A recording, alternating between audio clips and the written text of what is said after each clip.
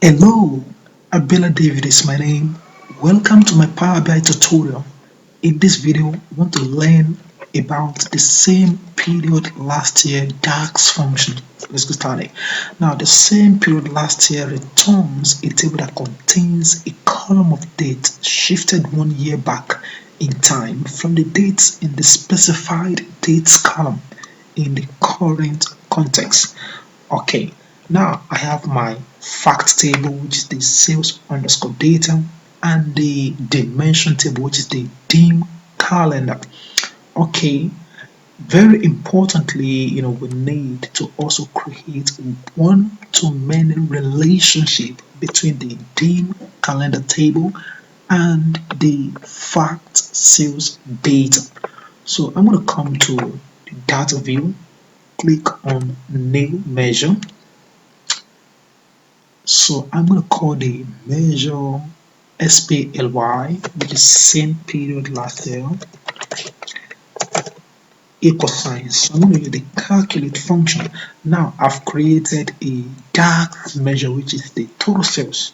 So my expression is going to be total sales in square brackets, comma. So actually I'm going to filter using the same period last year DAX time intelligence function and the name of the date of the arguments. So I'm going to use the dim calendar date column.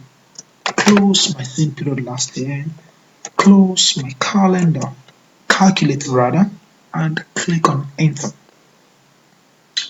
So the next thing we're going to do is let's quickly come to the report view. Now I have a matrix visualization here. Okay, we can see the year, month, and of course the total. So all I need to do is just to drag the SPLY measure into the value axis.